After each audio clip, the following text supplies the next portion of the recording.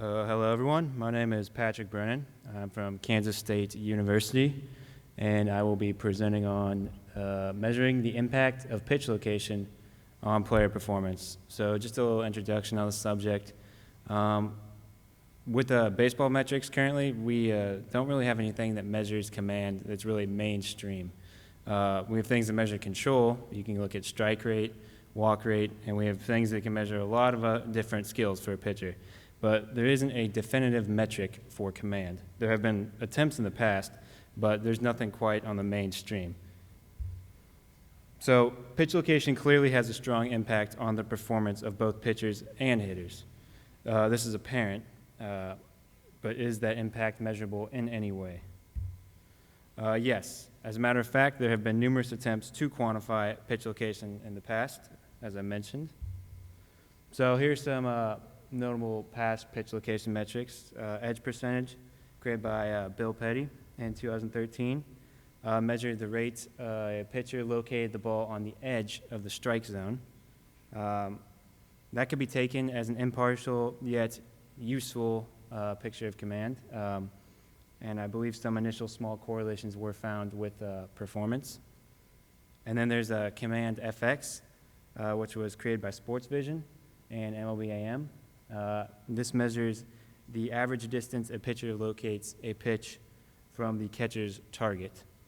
And then finally, Command Plus, which was created by Stats LLC. That just basically assigns value to a pitch based off similar historical pitches.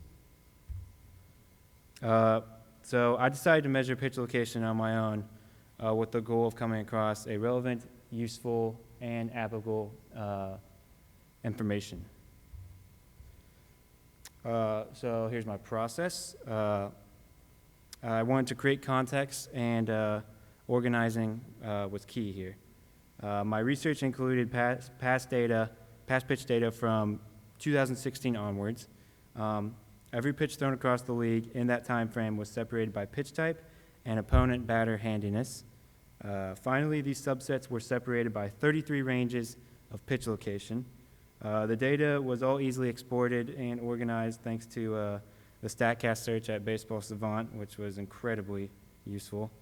For explanation purposes, the 33 pitch location ranges were also extracted from the attack zones at Baseball Savant and their search tab. The idea has some similarities to the aforementioned Command Plus. I wanted to assign a certain value to each pitch and then kind of average it out. So there's the attack zone I mentioned. There's 33 of them. You see 1 through 9 is the heart of the zone, 11 through 19 is the edge, 23 through 29 is on the outside of the zone, and 31 through 39 is like on another level outside the zone. They call, yeah, I see you named them. They call them heart, shadow, chase, and then waist. So the thought process behind this was pretty simple.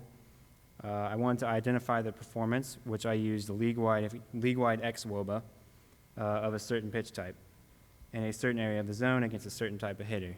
So as an example, we could look at four-seamers in zone number 4 facing right-handed hitters. So that would be assigned a value based off league-wide data. The next step would be to average out the xwOBA values assigned to each pitch a pitcher threw, and then giving a final number, dubbing it Command WOBA. That would be the final measurement. So for initial results, before I calculated the final Command WOBA values, I went to break every pitcher's season with the aforementioned time constraints by pitch type. Breaking down each pitch type was important in this analysis, as I wanted to understand to what level on each pitch type had it correlated with locating. The final Command WOBA values for each player's pitch type were compared to the xwOBA, and then I calculated the correlations, and here's what they look like. So splitter had the highest correlation with pitch location Command WOBA, only a sample size of 22 though. Then four-seamers, and then curveballs, and on the bottom you see changeups, sinkers, and sliders had a lower amount of correlation with pitch location and results. And here are the top seasons. So by pitch type, Top splitter is Masahiro Tanaka's pretty well-known splitter, his 2015 season. And four-seamer was 2017 Chris Sale. Curveball was 2016 Jeremy Hellickson. Two-seamer was 2016 David Price. And then we have the knuckle curve with 2016 James Shields. Cutter with 2016 Wade Miley. The changeup with 2015 Kyle Gibson. The sinker with 2017 Kendall Graveman. And then finally, the slider with 2018 Noah Syndergaard. And then here are the top 20 overall Command Woba seasons adjusted for seasonal environments. So the top season was Masahiro Tanaka in 2017, as he was locating the ball 30% above league average. And then followed by 2018 Sam Javilio, and then again, once again 2018 Masahiro Tanaka and 2016 Masahiro Tanaka. So that actually these results were good because as I saw, Tanaka was consistently at the top. So finding consistency was a good sign. As we'll jump into consistency. The first thing that stands out is there is a match between the final product of numbers and public perception, what we publicly perceive with a pitcher's command. There are noted command artists, like I mentioned, Masahiro Tanaka, and then other guys like Kyle Hendricks and Mike Leake. They each appeared in the top 20 multiple times. Also, which I mentioned, indicated consistency within the numbers. For reliability purposes, it was important for the year-to-year correlations for Command Woba to be acceptable, helping to show the metric is more skill-driven rather than a product of randomness. And then to study this, I compared the first and second year Command Wobas of 75 pitchers that qualified, which was at least 2,000 pitches in both the 2016 and 2017 seasons. The results were promising. R equaled 0.87. So this was assuring that a pitcher's pitch location was consistent from season to season. As seen there, the correlations. This was the most important thing I was looking for. So yeah, this did help indicate that this was more of a scale-based metric rather than just luck or randomness. Now we can start to compare that scale measurement to other aspects of pitching, such as velocity, spin, and movement, which many people have dubbed as stuff. So I wanted to create a stuff-based Woba to put it up against this Command Woba. So using a multilinear regression formula that takes into account pitch velocity, spin rate, horizontal movement, vertical movement, and effective velocity, a stuff measurement was created, and it was also scaled to Woba. Perhaps the best way to build up an idea of how Command and stuff Woba interact, I wanted to build groupings of the pitchers based on how they fared with each metric. Looking here specifically just at four-seamers. So here were the top 5 seasons for each grouping. Command plus, so plus Command and plus stuff. We got 2017 Chris Sale, 2018 Max Scherzer, 2018 Josh Hader, 2017 Jacob deGrom, and 2019 Garrett Cole. So obviously, the pitchers, they excel in both those areas the most. You have basically just some of the best pitchers in the game. And then we can look, there we have plus Command and minus stuff, which would be example 2017 Rich Hale. Minus Command and plus stuff, which we would look at 2018 Vincent Velasquez. And then minus Command and minus stuff, like 2018 Trevor Williams, 2018 Wei-Yin Chen. So now for a correlation comparison. When it came to fastballs, Command Woba had a higher correlation with X Woba than actually stuff Woba did. So the correlation between Command Woba and X Woba R equals 0.43. Between stuff Woba and X Woba, it was 0.35. Then if you averaged them out, you got actually a higher correlation, 0.51. And then if you did a regress combination between Command and stuff, you found the highest correlation as R equaled 0.53.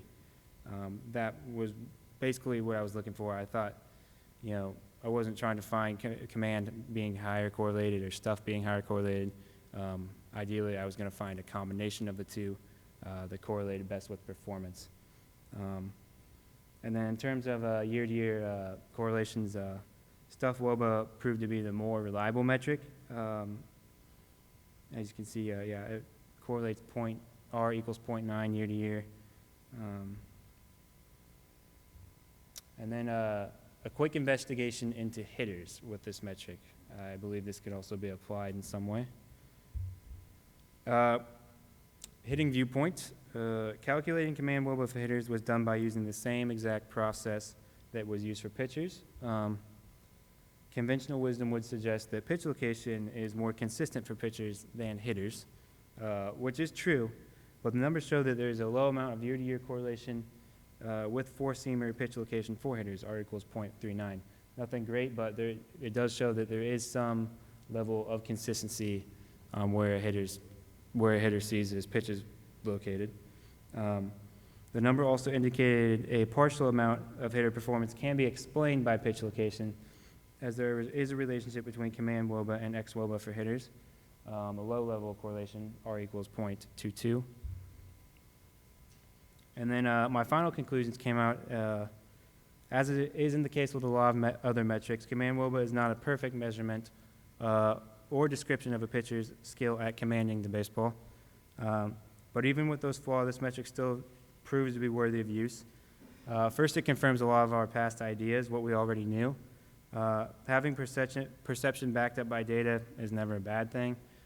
Like we saw Kyle Hendricks, he's always, gets praised for his command, but having the actual data back that up is a good thing. Second, once a reliable sample size has been established, it can be used as a fairly good descriptor of what happened, along with being usable as an additional metric to describe an aspect of a pitcher's overall performance. So just another skill-based metric.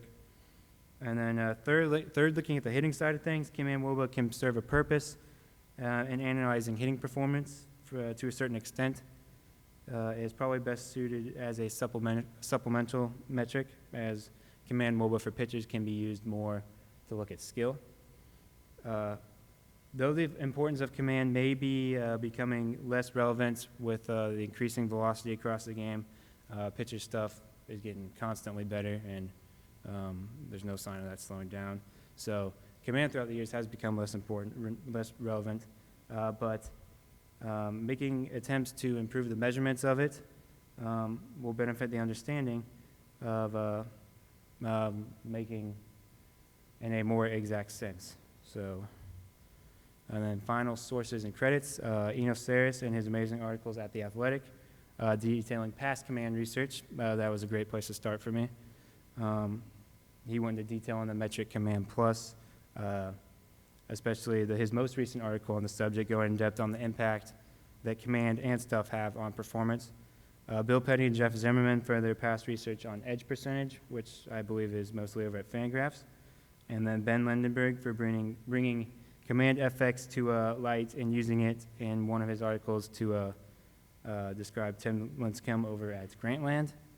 And then Enos Saris and Andrew Perpetua and their in-depth article at Fangraphs on pitch location analysis. And then thanks for listening.